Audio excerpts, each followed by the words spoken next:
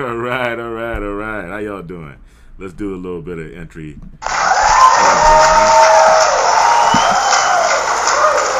Good morning. Good morning. How's everybody doing?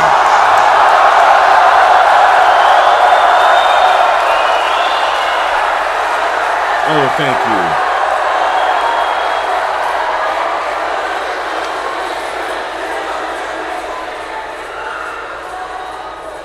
Yes, yes, you should. Yes, you should. Good morning, everyone. How you doing? I'm just having a little G Redd Dogg time this morning before I head out to run, and I gotta look at my properties here and find out what's going on. Oh, there we go. Yes. Let's turn on this second mic. Um,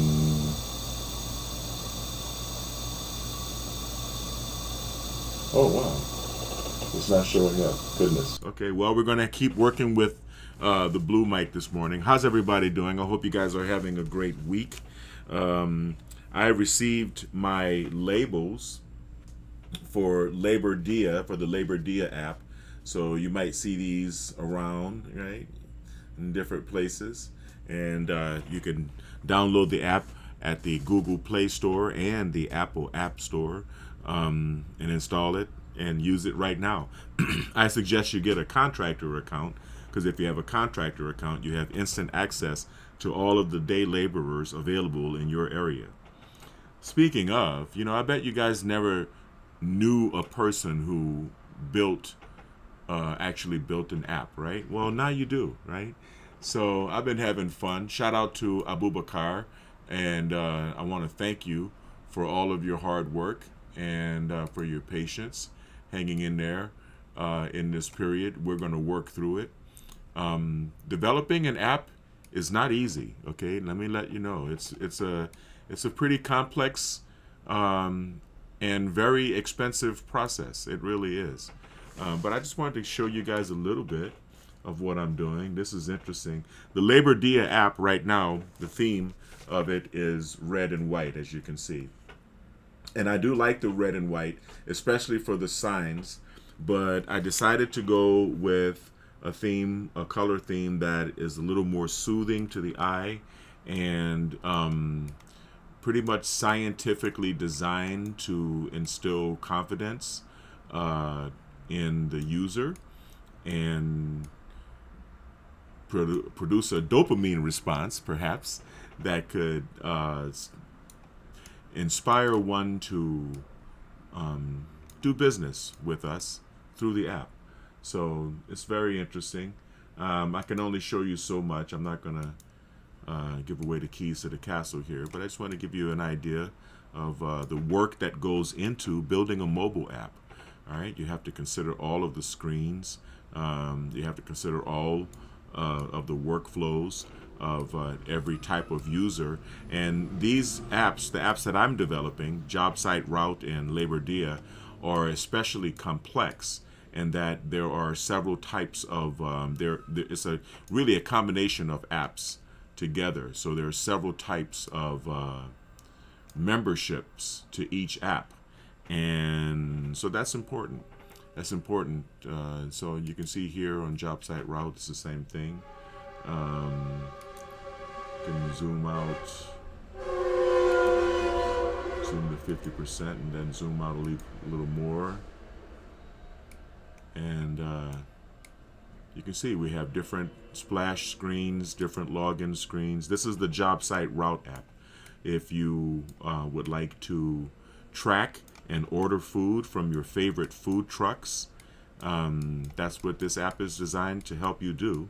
So you are welcome to download it and install it, both the Job Site Route app and the Labor Dia app. In fact, let me see if I can't do something here. We'll take away the Figma screen.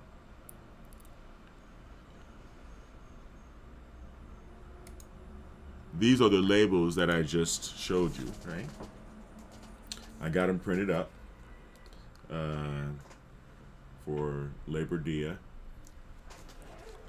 Right. So you might see them on the street somewhere. You might see them at Home Depot or whatnot. And I'm also going to be putting up labels like this for job site route. You can use that QR code and download the app if you want to check it out. All right.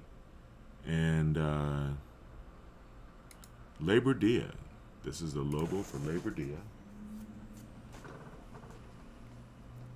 Okay, it's a very valuable app for both day laborers as well as contractors. This is the other logo for Labor Dia. This is the logo that you're going to see when you go to the Apple App Store if you use an iPhone, or the Google Play Store if you use an Android, right? And of course, this is the job site route logo. Okay.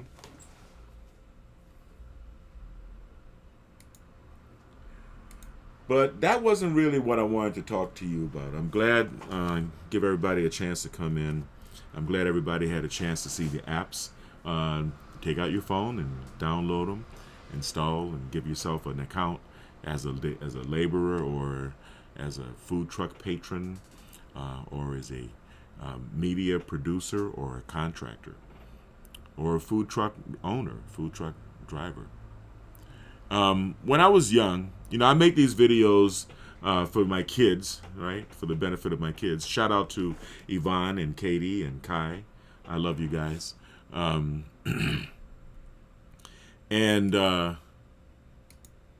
let's see here.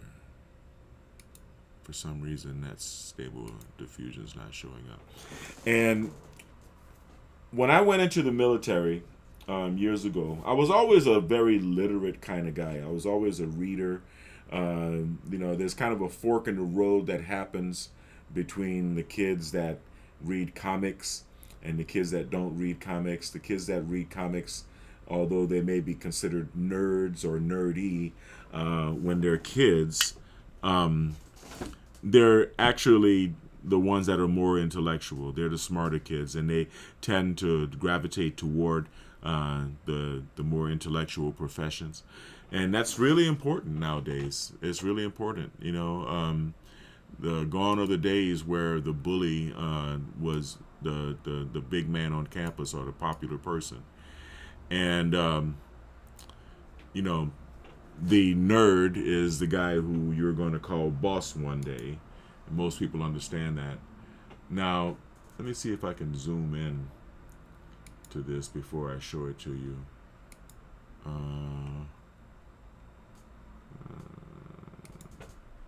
Oh, there we go. Magnify. Perfect. That's perfect. Okay. Now, I say all of that to say that when I went into the military, I always talk about my military career because I had fun. Arua. We didn't have the internet, right? So we had the Stars and Stripes bookstore, which was on our base in Spain at Torrejon Air Base. Shout out to everybody who's been stationed at Torrejon Air Base in Spain, Air Force Base in Spain. And at the Stars and Stripes bookstore, I managed to build a pretty big collection of books. I like to read. I always have. And for the longest, actually up until very recently, whenever I move from one location to another, the books weigh more than everything else combined. I carry more weight in a move in books than I do in furniture and clothing combined. It's been that way up until pretty much very recently. However, one of the things I discovered when I was maybe 19 years old, I would say 19, almost 20, maybe 20, was a book called The Virtue of Selfishness by Ayn Rand. And that was my introduction to the philosophy of rational objectivism, a philosophy that I hold pretty fond thoughts about, some principles I really, really agree with up until this day. And coincidentally, I actually have a copy. I have a PDF copy right here I'm not going to read it out to you. I know that there's copyright laws about this, and it just wouldn't be objectivist of me to do such a thing. But I highly recommend you pick up this book. It's not a heavy book. It's not a hard read. It's not a very big book, actually. It's 100-something pages. It's really not that big. But it is a life-changing book. For me, it was. Being introduced to the philosophy of rational objectivism, the principles being reason, purpose, and self-esteem, okay?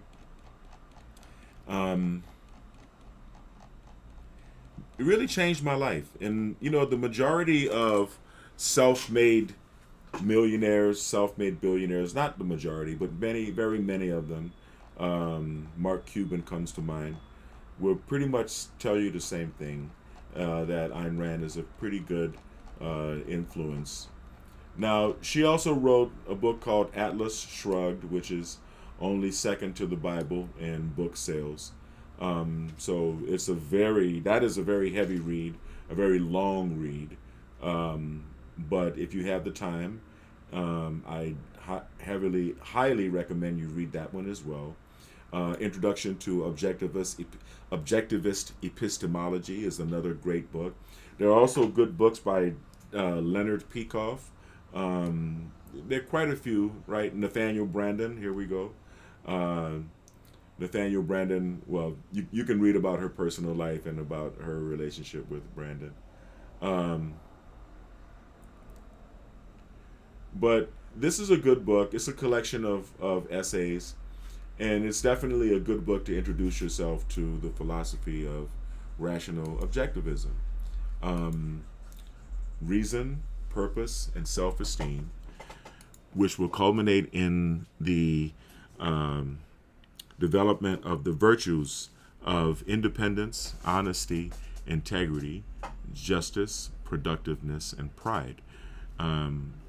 Probably stoicism as well, which are objectivist values.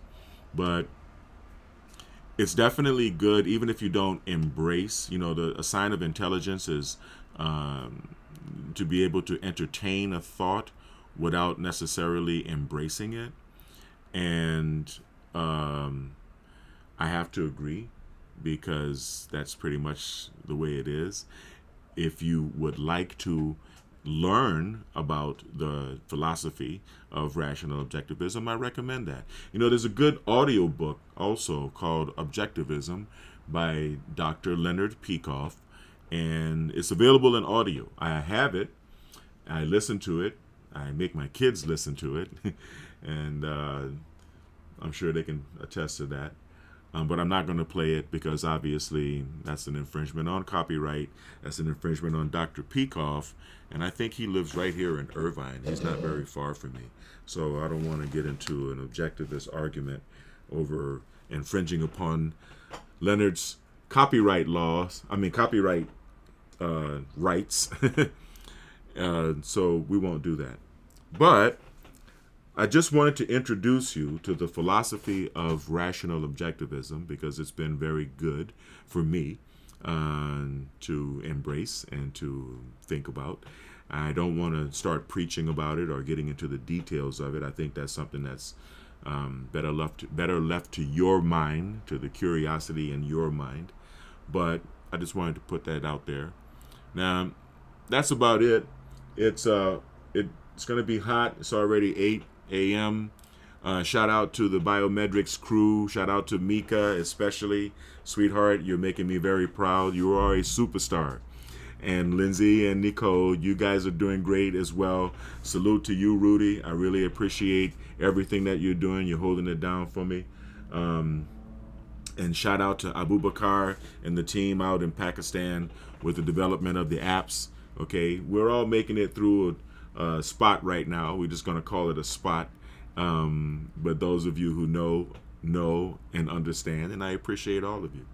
So here we go, yo. I'm going to get out of here. It's 8 o'clock. I'm going to begin my run and then my swim. You're going to see me going live again with a peak performance protocol video after this. So I want everyone, as you know, stay kind, because kind is not only the new sexy, kind is the only sexy. Stay blessed and stay healthy. Peace. I'm going to see you guys in a little while.